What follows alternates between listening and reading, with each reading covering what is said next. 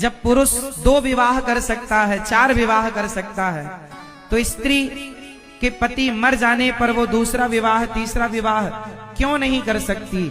क्यों? इस क्यों का उत्तर किसके पास है? जानते हैं क्यों?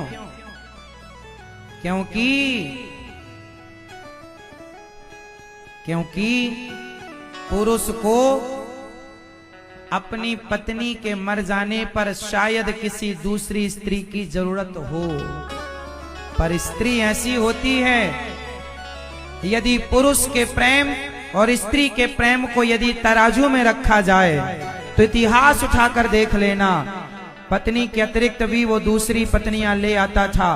पहले के राजा महाराजा 4-4, 6-6 पत्नियां रखते थे, पर किसी नारी के बारे में, द्रौपदी के अतिरिक्त वो 5 कन्याओं में है, इसलिए किसी के बारे में आपने ना सुना होगा कि उसने दूसरा तीसरा पुरुष रखा।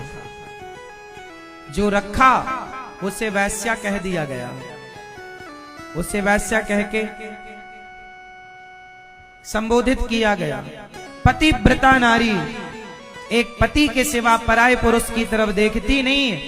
कभी पत्नी और पति दोनों के प्रेम को तराजू के पलड़े पर रखा जाए, एक पलड़े पर पति का प्यार हो और एक पलड़े पर पत्नी का प्यार हो, बताओ किसके प्रेम का पलड़ा भारी होगा? बता दो,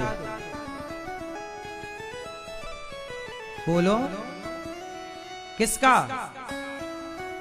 पति का नहीं साहब, पतियों की तो 4-4 रानियां हुआ करती थी, पर पत्नियों की एक पसंद है।